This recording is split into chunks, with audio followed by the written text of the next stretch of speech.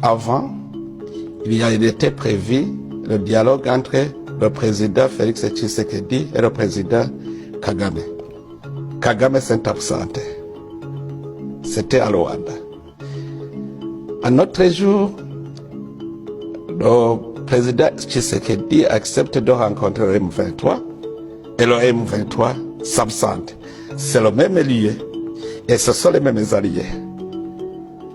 Moi, ça m'amène à penser qu'il y a un roi faiseur de loi qui est derrière M23. Si Paul Kagame a refusé d'aller à Luanda, est-ce que vous pensez que M23 allait accepter d'y aller? C'est le commandant suprême de M23. Ce qu'il veut, c'est ce que le M23 veut. Ce qu'il fait, c'est ce que M23 fait.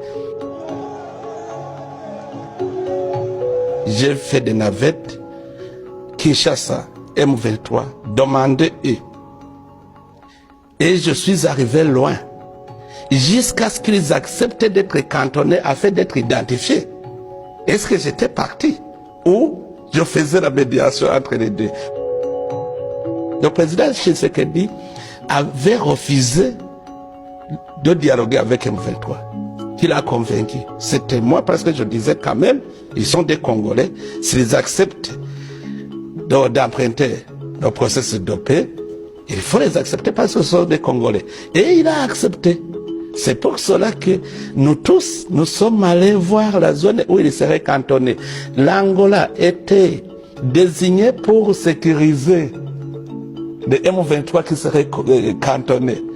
Donc, moi, j'étais comme médiateur et j'avais réussi.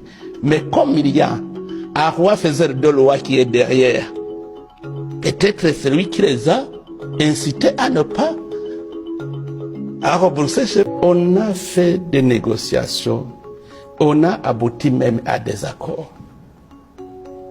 Mais quand il s'agissait de mettre en œuvre des choses sur lesquelles nous sommes convenus, le Rwanda a refusé.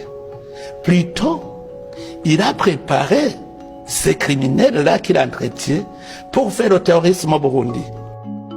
Alors, comme je voyais qu'il persévère dans son agression contre le Burundi, j'ai décidé de fermer les frontières. Je les ai fermées quand j'ai vu qu'il n'a pas la volonté de mettre en œuvre tout ce qu'on s'était convenu pour pouvoir surveiller bien notre frontière. Aujourd'hui, ce que je fais, toujours, j'ouvre mes bras pour la paix. Je propose la paix au Rwanda. Je demande aux personnes de bonne volonté de le conseiller de mettre en œuvre. Les Rwandais et les Burundais se connaissent. Moi-même, ce sont mes amis.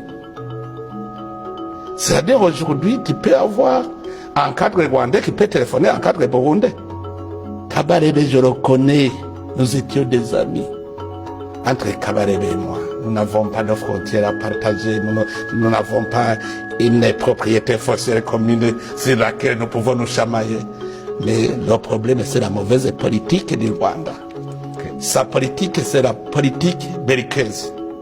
Je vois que le Rwanda n'a pas de paix tant qu'il n'agresse personne.